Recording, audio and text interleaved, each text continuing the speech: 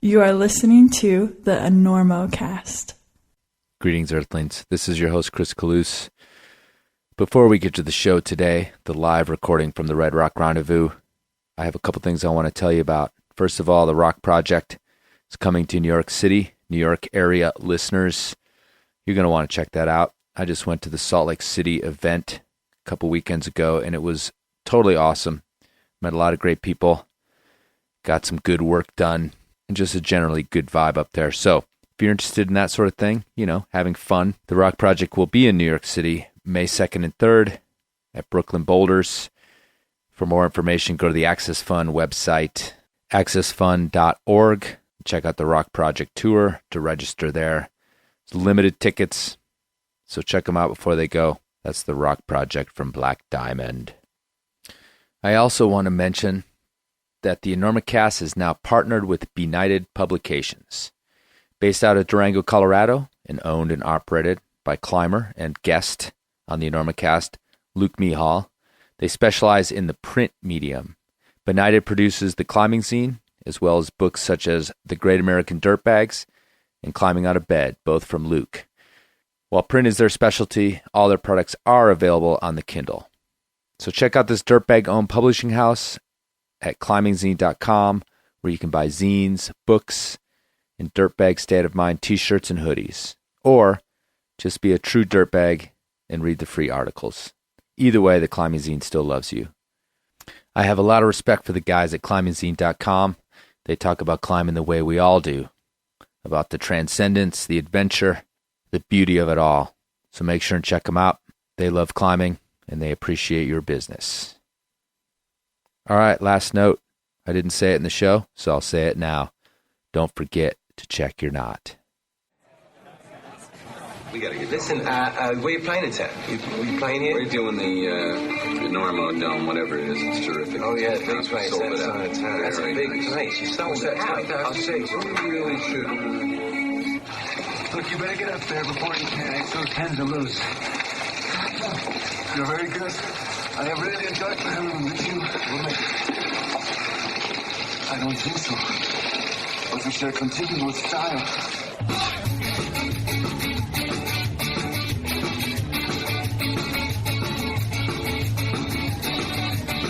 Good weather, bad weather. Now or later, anytime is good for climbing. All right, hello and welcome to the Enormocast. I'm your host, Chris Kalous. Those of you who are staring at me right now and wondering what's going on is I host a podcast called the Enormocast, and I'm going to do a live panel up here tonight. We're going to record the show and put it out later as a podcast. The Enormocast has been going on for about 3 years. We've got we, being me, the royal we, have 77 shows out, I think, with such luminaries as Ethan Pringle, who's coming on tonight. I don't know, Lynn Hill, a bunch of people you've never heard of, but Climber Talk. If you don't get enough Climber Talk in your life, that's what the podcast is for. So I used to have to explain what a podcast was as well, but thanks to things like This American Life, I don't have to do that as much anymore. If you don't know what a podcast is, ask your grandkids. They know. Anyway, so I'm going to bring a couple folks up here in just a minute, but before I do that, I want to thank my sponsors. I want to thank Black Diamond, who's one of the main sponsors of my show, Maxim Ropes, Bonfire Coffee, and I also want to thank the Red Rock Rendezvous for having me here, and Mountain Gear for bringing me to the show tonight. I'm going to be competing with a dyno contest, but that's cool. I can handle that. We know that dynoing is sort of the Neanderthal lowest form of climbing, so I'll just rise above. I'll try to rise above. If you're not strong, you have to dyno, right? Anyway, sorry. So I'm going to bring my guests up tonight, and we're going to have a little panel discussion about this thing called fear. We're going to talk about fear in climbing and see what these guys have to say about it. It's sort of a ubiquitous thing. We love climbing because it's thrilling. And one of the reasons it's thrilling is because it's scary sometimes. And everybody, beginners to advanced, to the best climbers out there, have to deal with fear sometimes. So that's going to be our panel discussion tonight. So I want to bring these guys up. Are you guys ready? Come on up. All right, Ethan's not ready. Who just blew in the mic?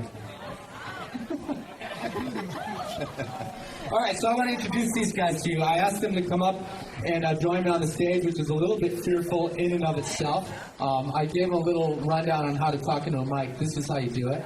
You want to right up by your mouth, just like it's an ice cream cone that you're going to take a big bite. I can see you've had lots of practice with this. Yeah. No, I know how to hold a mic to my mouth. On the far end, I want to introduce Andres Marin, hailing originally from Colombia, but a Coloradoan by desire, if you will. Ouray, Colorado, Ridgeway, Colorado. Where do you live? Ouray. Okay. Yeah. A guide, a consummate alpine climber, an off-wood climber, just a general climber. The thing that's distinct about Andres is he is so amped up and psyched and positive all the time that he is actually a little bit ruthlessly positive. And I don't know if you've ever heard those two words together, but I've come up with it for Andres because there was a time when, about 4 years ago, actually almost exactly 4 years ago, that I climbed 40 pitches in the Indian Creek on my 40th birthday. And we were coming into the end of it and totally wrecked. And my friend and I did it together, and we had not fallen yet, right?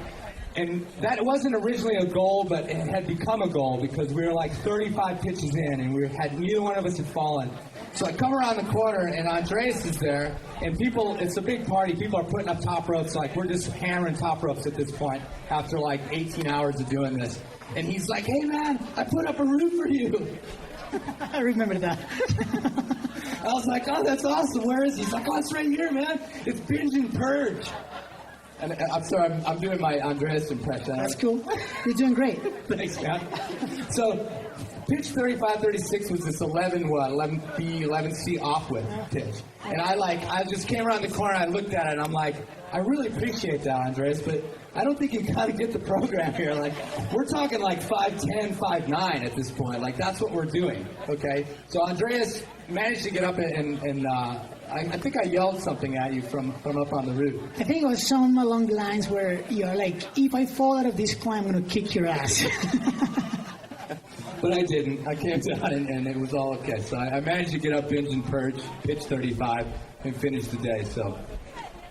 That was pretty awesome of you guys. Thanks, man. Yeah. Thanks, yeah. Relentless positivity. Relentless. Okay, next guy in, Ethan Pringle. How's it going, Ethan? Pretty good, Chris. Good to see you. Yeah, we were just in Spain together. And actually, Ethan was just on a show I put out about 3 weeks ago. I just replaced it with another show, but so what we're going to do is it would really help if you guys listen to that show. I'm hurt by that, Chris, that you replaced me. It happens. I thought you'd just never make another episode after that. It would just be stop it at the pinnacle. But what we're going to do is I want you guys, it would really help if you listen to that show. So if you guys want to do it, you'll get it on your phone. It's about an hour long, and we're going to look at our phones for about an hour while you guys go listen to that. So, because it'll help like put him in perspective. No, but truthfully, I asked Ethan up because there was a sort of a follow-up that we may be able to get to in terms of what we talked about on the show, and then about a few days later, he sort of put a cherry on top of some of the things we talked about on the show. So Ethan Pringle, pro climber for most of his life, and thank you, Chris. And my third guest is Libby Sauter. Libby, I met at a trade show last year. Did I hit you after you drank whiskey? I don't know. Did I hit you after you drank some whiskey? That's often how I meet people at the trade show. Yeah, say that again. He's bringing it up. Did I meet you while hitting you in the face after you drank some of my whiskey? No, that wasn't me. Another nameless face then. So, Libby told me this great story about, what was it, like being turned away from Libya as like the runways lit on fire or something like this? Yeah, I had just come back from trying to go to Libya to where I work as a nurse, and they had, as we were getting on the plane in Istanbul, we sat on the plane for a minute, and then they asked us all to deplane, and we, after waiting for about another 2 hours at the Istanbul airport, learned that they had just blown up the runway for where we were headed, which was the second time that we'd been turned around nearly midair trying to get in. So the burning question is, why were you going to Libya? I work for an organization called the Novik Cardiac Alliance, and we do pediatric heart surgery over there. We're helping them to establish their own self-sufficient organization so they can do their own heart surgery. All right. So heart surgery is obviously important, but more importantly, I want to introduce her as a climber.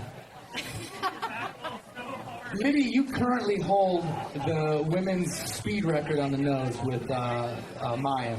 Maya Smith-Gobat, yes. Yeah. So Libby is a wall climber from Yosemite, a speed climber, an adventure climber, a consummate slackliner, and that may be the first time slacklining has been mentioned on the Enormocast, and probably the last. Burn. The slackliners aren't listening. They're busy slacking. Yeah, they're busy slacking. Slackers. There actually is. There is a guy slacking. All right. Anyway, so I wanted to have her on the show because we're talking about fear, and I'm going to start with you, Libby. That's going to be our sort of panel discussion. In these big, fast wall climbs, you do something that's called the Pakistani death loop. Yeah, PDL. The PDL. We don't want to harp on Pakistanis. I don't know why it's called that. Why is that? There's legend. There's never really anything too specific, but the rumor is that there was a Pakistani that took a really bad fall while climbing without a belay but tied to the anchor. So, can you explain what this thing is?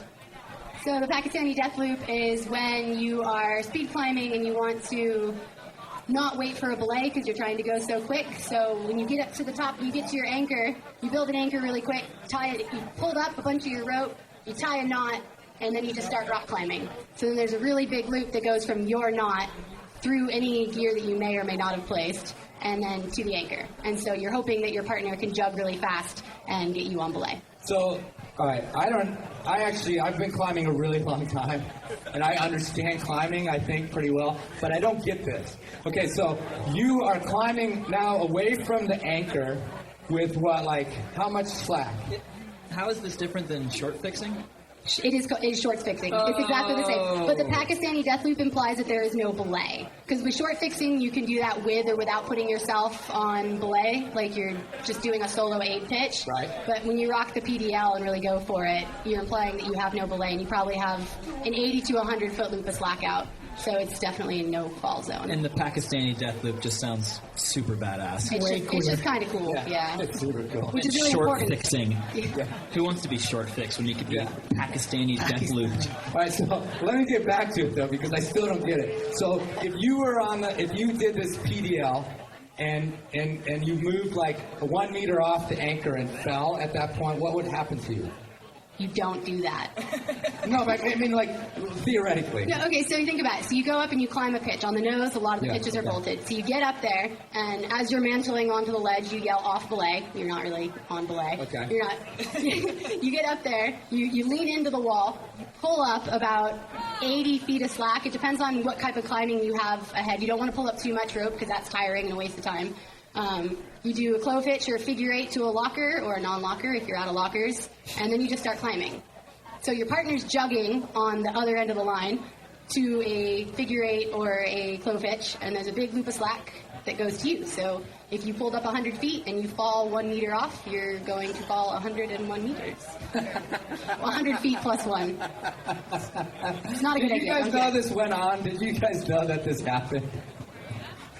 All right, I guess I'm in the dark. I mean, Speed climbing big walls is super safe. Yeah, it's super safe. All right, so that's actually what the Rendezvous is about. All right, so let's get to our topic. So Libby actually grew up here in Vegas, and this is the sort of a full circle thing, is that she was actually in some of the clinics here as an early climber at the Red Rock Rendezvous. Is that correct? Yeah, 9 years ago, I took trad climbing clinics here. Okay, so 9 years ago, trad climbing clinics, in which she apparently learned the PDL.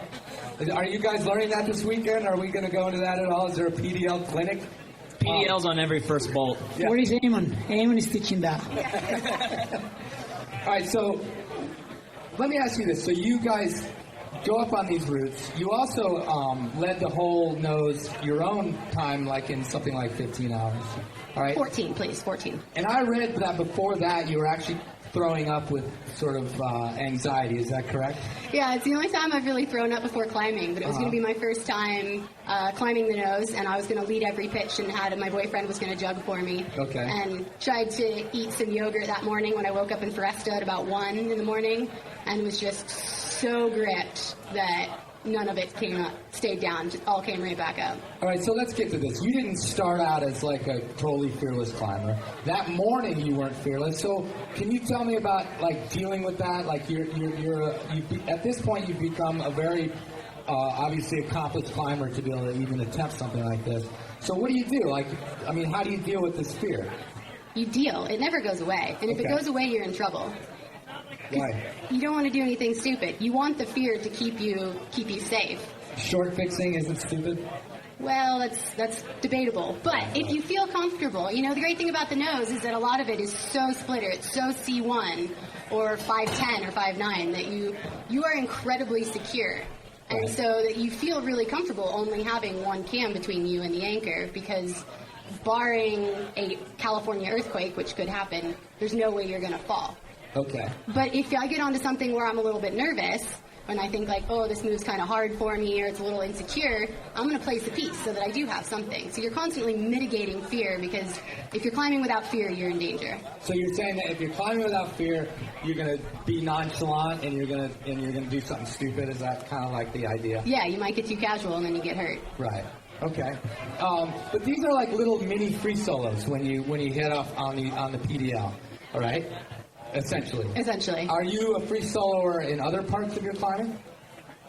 I mean, I dabble. If you spend a lot of time in Yosemite, you're gonna go climb a newer pile buttress and climb after 6. Okay. I'm not Alex Honnold out climbing Chaucy Rock on the Sentinel free solo, but it's fun to get out and move sometimes. It's like climbing, running. All right. So one last question, then, and then we'll kind of go down the line with this line of talking. But were you someone who you think that's in your character? Were you a fearless kid? Were you sort of a risk taker? Or was this something that you built up with knowledge or with understanding your limits and those sorts of things? I wouldn't look at it as being a risk taker or being fearless in that. I just look at it as seeing something that I wanted and doing what needed to be done to achieve what I wanted. And that I've always been a bit greedy with.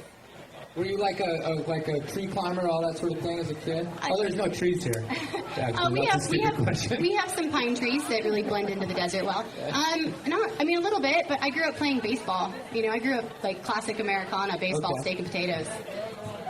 All right, cool. We'll come back to this whole thing. So Ethan, I kind of brought you up here, like I said, Ethan just did a show with the Enormocast. It was actually a very personal and sort of heartfelt show.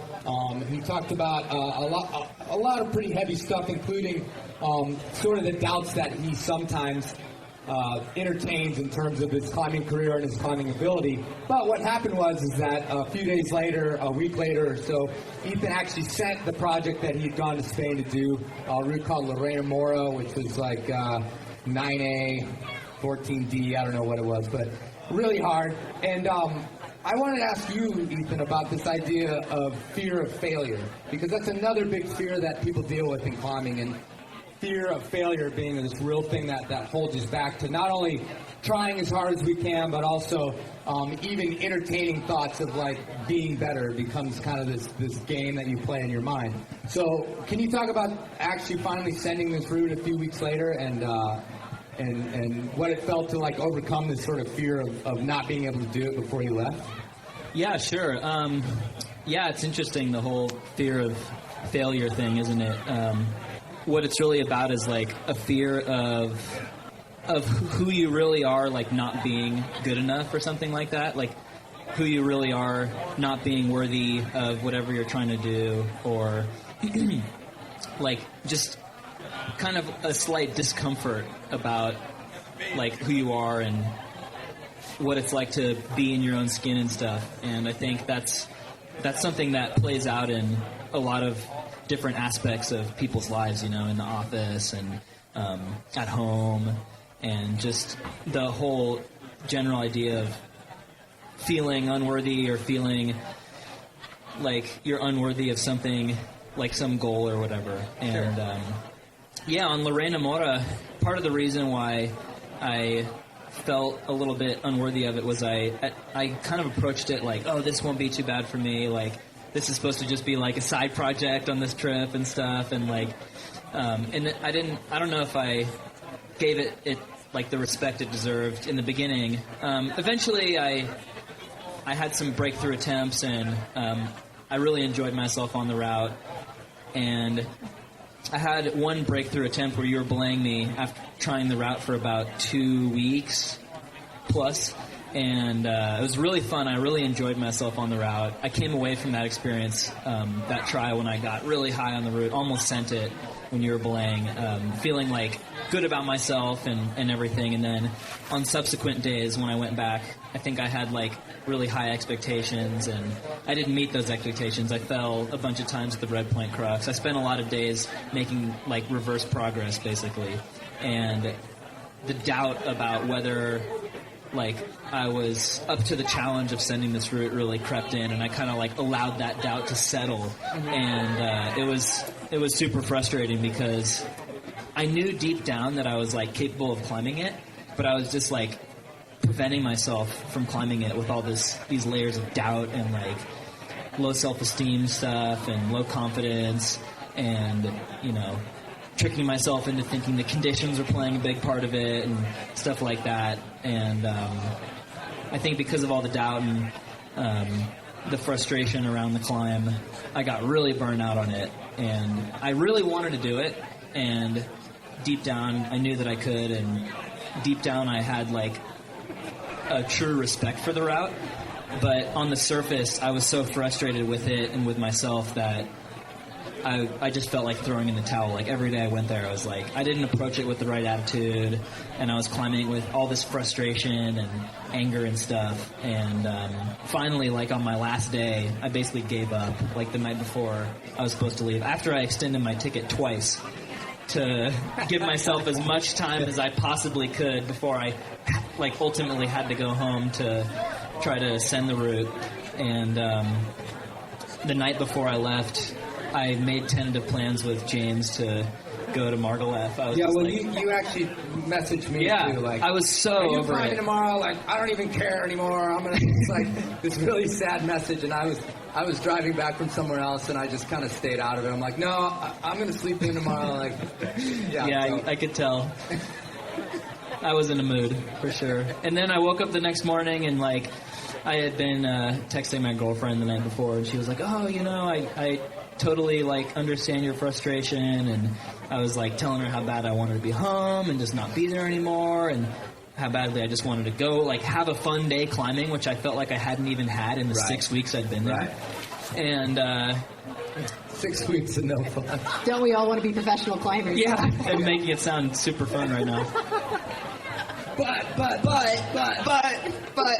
I woke up and made some coffee, and Jonathan and everyone else in the house was going to Sirana, and I was like, I won't forgive myself if I don't go and try it one last time. And I had a lot of encouragement from everyone around me, which was good. And I went to the cliff with this sort of like fatalistic attitude, and I wasn't. Where's your PMA? Positive mental attitude.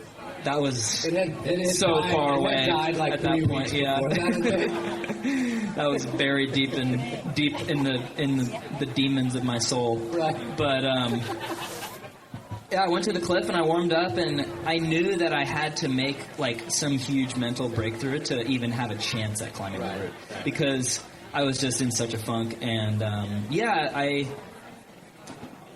sort of just like walked away from the scene, like the big crowd of people at El Pati, and just had some like alone time. And let me set that up. So this little zone in Sirana in Spain is like, there's several routes there, including La Rambla, which is one of the like all-time famous hard routes there. And it's a real scene. Like, all the hard climbers are hanging out there. And this afternoon, like, it was a crowd. Like, there was a crowd over there. And I actually wasn't... Dogs barking, Sonny's baby. Yeah. Which is like one of the coolest babies ever. Yeah. Just disclaimer. And I wasn't even going to go over there because I was like, it's crazy over there, and the last thing anybody needs is one more like idiot American gaper standing underneath their root while they climb. But luckily, I walked over like while you were halfway up the descent. Right. Yeah. And having belayed you before, I knew like what was at the end of it. Right. And watching you get to the rest and pull over that thing, like I knew you were going to do it, and I think you knew you were going to do it. Yeah. I mean, the funny thing was like, yeah. So I knew I had to make some big attitude adjustment basically, and. The way that I did that was I just went and found like a quiet corner and just had some me time basically, as like cliche as it sounds, and I just like really checked in with myself for the first time in like weeks, and I was like, wow, you know you've been struggling out here, dude, like this has not been easy, and had a little like imaginary conversation with my parents and my girlfriend back home, and felt a lot better. And then, climbed the route, like, I was just like, that just made all the difference. I felt like me again for the first time in weeks, and and then it wasn't that bad. Right. Yeah, I climbed the route with, as corny as it sounds, I climbed the route with love instead of with, like, frustration and all this other crap that I was bringing up the route with me before. Totally. And I actually enjoyed myself on it for the first time in weeks. Right. And I had fun, and like the scene at the base of the cliff, like, you know, all the pro Spanish climbers and Jonathan and all these other guys and the dogs barking, like none of it bothered me like it was the other days. And it was just like a really emotional moment, but really like all positive emotions. And then I got to the top, and it was like amazing. I actually got to that same rest that I got to when you were belaying me, and I started for a moment to like, I climbed the whole thing with zero expectations up until that point, and I think that's part of the reason why it flowed so well and it was so much easier that time.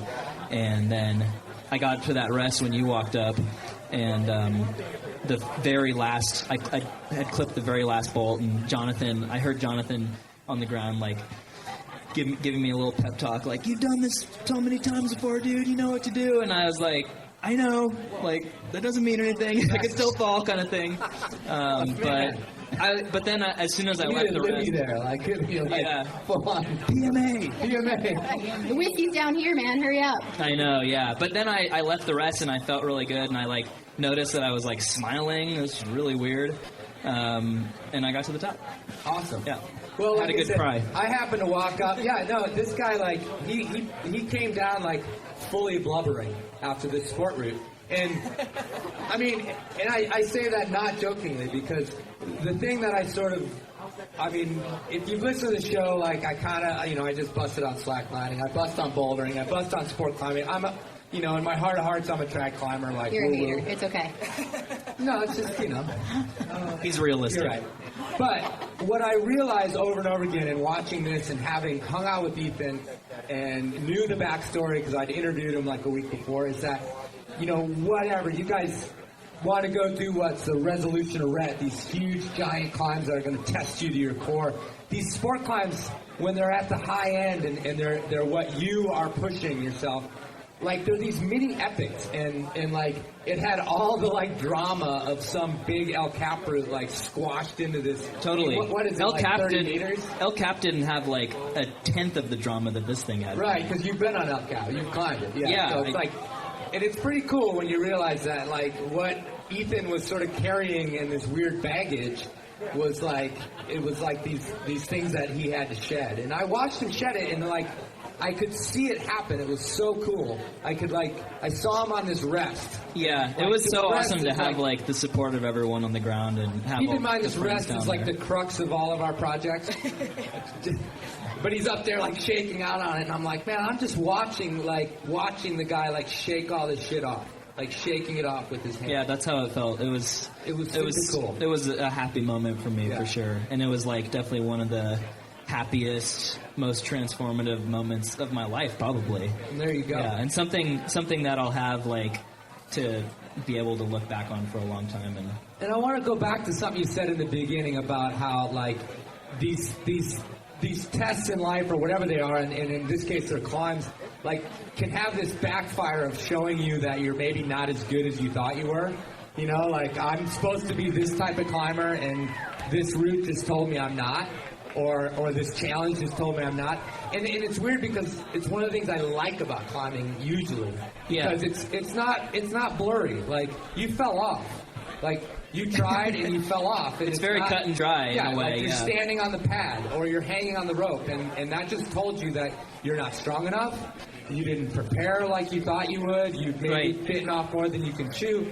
And sometimes that's actually like a good feeling, because in other parts of our life you're like wondering, did I do good enough? Am I living up to my friends' expectations, my spouse's expectations? Well, the climb will tell you, like, no, you're not. You're not good enough. Peace. Go on. Go away. Yeah. Come back another or come back tomorrow. Yeah. Yeah. That's the other way to look at it. Right. Yeah. Totally. So. Come back tomorrow and with like a really bad attitude. Right. Which is what I did for a couple. Well, of anyway, years. it was a really special experience, and it was also enlightening to realize that a guy that climbs this well, you know, and I'll blow smoke all day long on how well Ethan climbs. It's kind of cool to know that, like, he's up there just, like, freaking out and doubting himself just like anybody does. Whether it's like... Maybe even more so. Yeah, in this case, I think like, a lot more so, because I don't beat myself up as bad as that. So I heard you scream the F word a couple times. Yeah, but that's emotion in the moment. Yeah. I get over it really quick. So... But let's move on down to nice Andres. It's super good. Yeah. So Andres is a type of climber. He's an alpine climber, and for me, like, alpine climbing and ice climbing and mixed climbing, especially, you know, not necessarily modern mixed climbing with a lot of bolts, but like, you know, old school scratching it out in the mountains, like. That's really, your eyes just got big. That's really scary climbing to me, and I don't do it. If you listen to the show, like, it's not my thing. I'm not into it. But let me talk to you about being scared. Like, you do a discipline of climbing that I think risk management is at its highest. And, right. You know, you joke around a lot about, like, being scared and, like, going for it. But we'll talk about that. I mean, is your discipline, like, you think full of fear, or is it something that my perception is that it's not, that it's more scary than it actually is? No, you know, I think alpine climbing or ice climbing in general, you are dealing with more moving pieces than, for example, rock climbing or any kind of rock climbing, I guess. You're dealing with ice, you're dealing with snow, you're dealing with conditions, something might fall from the top. So you have a lot of, like, moving parts on the whole thing. So you have to, like, really just keep things going, and that inner conversation that you get, right? Just like, I'm scared, like, what am I scared for? We're in the middle of nowhere in this place. Nothing can, you know, like, bad can happen. So it is it takes a lot, you know. Oftentimes the climbing itself is not as hard as what these guys are doing, but it's just the mental part is just exhausting, you know. You're like one after another and after another, and if you are going in new ground, new terrain, pretty new route, you just don't really know if it's going to go or not, right?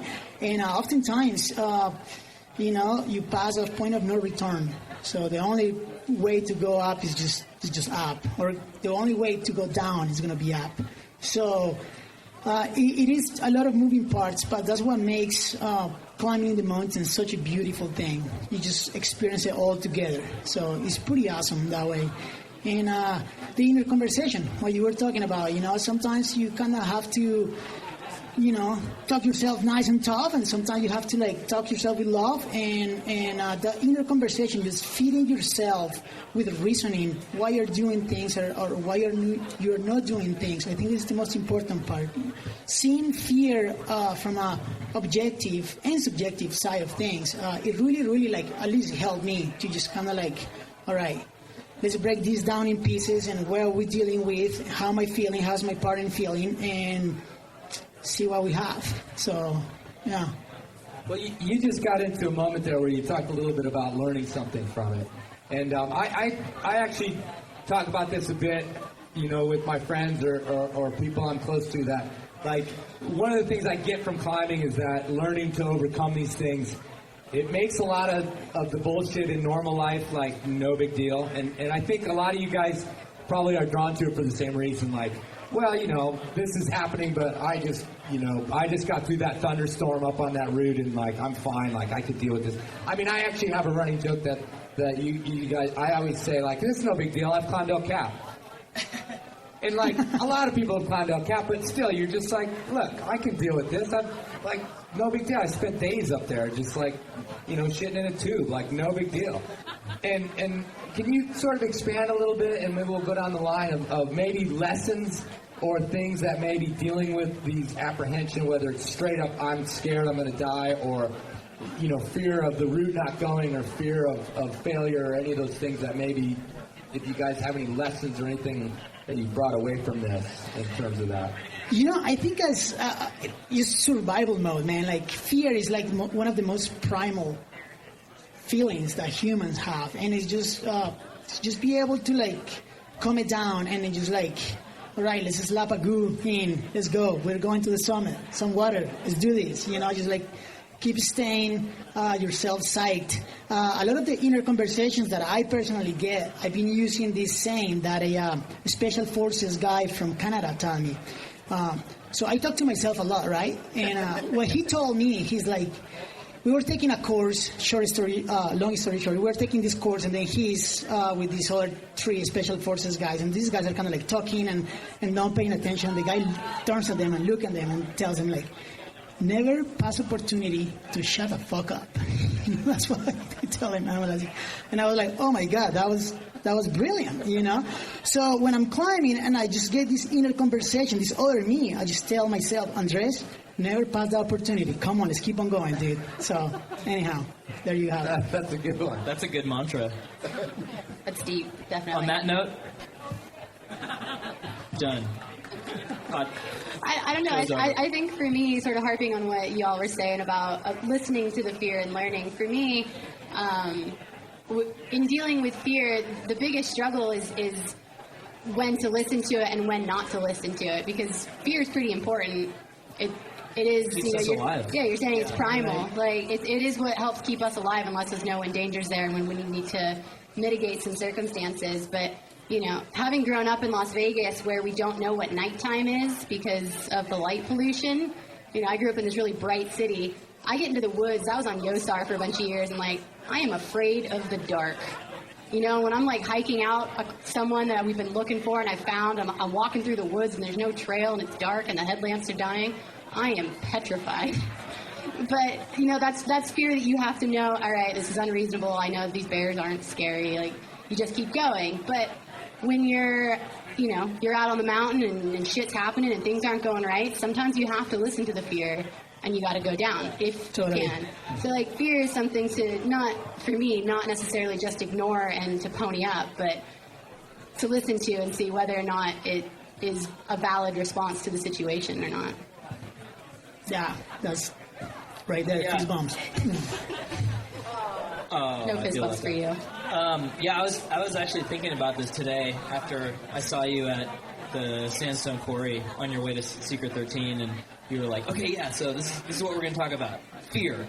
And I thought a lot about it, and yeah, like Andres said and like Libby said, there are certain types of fear that we need to listen to survive. There's certain types of healthy fear that keep you in check, Fear telling you this is a dangerous situation that you should not put yourself in. And I think the fear of I'm unworthy unless I do this is a really dangerous fear if you don't listen to that other fear of this is a situation that you should not put yourself in. Because if that fear of I'm not worthy and if I don't do this, people won't respect me, overrides the fear of this is a really bad idea, you're going to get hurt and you're going to put yourself in really risky situations. So this just got complicated. So because I was thinking about like I was thinking a little bit about Honnold and the conversations that he must have with himself before doing like a super risky solo, Like that guy, I think a lot of people are like afraid for that guy. I'm not afraid for that guy because he's having like the most honest talks with himself about who he is and about what kind of fear he needs to listen to and what kind of fear he can ignore, like more than anybody else. Right. Any other climber probably. Sure. Well, I respect his inner dialogue, certainly. I'm a little scared for him, though, still. But, yeah, I mean, so you're talking about this idea of listening to both types of fear. I mean, that's like a pretty complicated concept. It is, yeah. But I see what you mean in that the fear of sort of rejection from our peers, which is a big thing. Or rejection from ourselves, too. Or from ourselves. Yeah, like, I can't go on with my life unless I do this crazy next pitch that's like, in Andres' case, is like way up in the mountains, and maybe it's getting warm, maybe the ice is starting to run, and maybe it's super thin, it's rime, and it's super sketchy, there's no pro. But you have to, if the fear of I owe this to myself more than overrules the fear of I'm going to get seriously hurt doing this, then he could get hurt doing it. That's really astute, Ethan, because I'm just thinking about the people who've marched off into the mountains and died because of this, because of what he's talking about. They forced themselves to go do something that they thought, was the next step in their career and the next, or whatever it happens to be, even though there maybe somewhere inside of them there was a legitimate dude, this is too much for you, don't go do it. I mean, but it gets even more complicated, though, because how many of our personal growths have come from... All right, dang it. All right, one last thing. Your personal growths come from situations where you're like, I'm not really sure, and you're analyzing a situation, and you continue to press through, and you overcome, you get to the summit, it's dark, but you get off, and you're safe, and you have this great experience. It's this constant evaluation, this constant battle. And yeah, I think sometimes you just have to, you wonder, and you're just like, is this right for me? And then you just put yourself in that situation and you realize this is right for me. Or it might be wrong and you die. Yeah, exactly. Or it might be right. Well, I mean, there has to be the word I think you just used was honesty. To have a truly honest conversation with yourself about how close to the line that you are, it's pretty intense. Pushing yourself is one thing, but knowing when to stop, I mean, I guess that is the line that people cross and get hurt or end up in the grave. Oh, my God. So never miss that opportunity to just shut the fuck up. Yeah. Such a good line. Such a good saying. I think it's either way, just listening to your instinct, whatever it's telling you. I think that's the best thing you could do, and just give it a go. You have to try it. Right. If you don't try it, the worst thing you do to yourself is I should have, would have, kind of mentality. Just go and try it, set yourself for success or for failure, whatever. It depends, And, just give it your best and learn from the experience. And, if you want to know about failure, go alpine climbing, where it's more failure than success. Yeah, that's true. Or go bouldering. That's serious failure. That's pure failure. Yeah, totally. Bouldering failure is way more serious than alpine climbing failure. Well, let me ask you guys one last question, because we are getting out of time here. But you're a guide, and you mentioned this idea of understanding, you're scared of the dark in the woods, but you have to, your intellectual mind says, hey, that's not real. We're fine. Everybody's out here, we've all got guns or whatever. Do you guys get to carry guns on stuff? No. Okay. No. That's probably good. So they do not give monkeys guns. Yeah, right. So, but we're out here. This is fun, and I think that's really the struggle. Especially, I was going to say at a beginning level, but that's not true. It's a struggle throughout. Understanding, am I scared because this is really dangerous, or am I scared because my spine and my lizard brain is telling me that I shouldn't be up here, and that's just, I'm 2 feet above the bolt and I'm freaking out right now, I'm fine, but a part of your brain is screaming no, you're not. So you're a guide, and you have to deal with this a lot with clients. Right. Is there, what do you say? How do you get somebody to realize the difference between, or start to figure out the difference between perceived danger and real danger? I have actually that conversation a fair amount, especially when I go and guide big objectives in Alaska or Peru or even ice climbs around URA. It's just look, when somebody tells me I'm scared, so I just try to go on this conversation, and something that I learned from Arno from the Rock Warriors way is what are you scared of? Let's try to break this down and see what are you scared of. Are you scared of the system? Are you scared of the exposure? Are you scared of yourself? Are you scared of me? And then you start breaking it down, and I think that really helps most of the people, just to like break it down and just go to like all the way to the root. And then from there, you're like, well, there you go. If you're scared of the system, but the system is good, so you kind of start bringing reasoning into people, you know. And I do that myself. And then you are like, all right, I think we're good to go. So, and you see that people grab down, they're like, all right, let's do it. So I think just use reasoning, you know, because our imagination will take us to pretty dark and crazy places, you know. And I'm telling you, because my imagination is not. No, it's pretty crazy. No, I just agree that your imagination can just do really fantastic things, and that you need to, I think, bringing logic into it, because you're fighting this illogical response sometimes when it comes to the dark, you know. I was imagining all of you naked that whole time. It was really hot. All right, well, I think we're going to wrap this thing up. I want to thank my guests, Andres, Ethan, Libby, for coming up and bearing their secret, fearful souls to you guys. Once again, I think I got a recording this time, so this will come out in, a few weeks as a podcast if you want to listen. If you want to check out the podcast, it's interviews, in-depth, one-on-one, some panel stuff like this. It's at Enormocast.com. That's Enormo, like enormous. Pretty easy to find. If you just Google climbing podcast, I'll come up first. So check it out and let me know what you think. Send me an email. I appreciate everybody. And one more round of applause for these guys. Thank you, Chris. Yeah, thank you, guys. Thanks, Chris. Thank you. That was fun.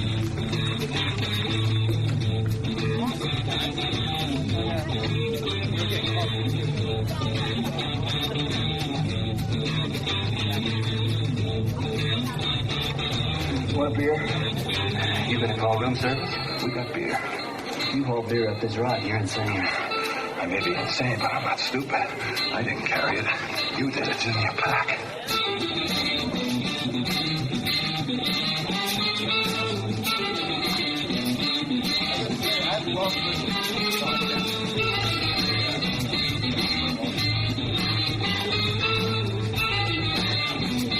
Yeah, we just gotta bring the mic stand back. This is an extra mic.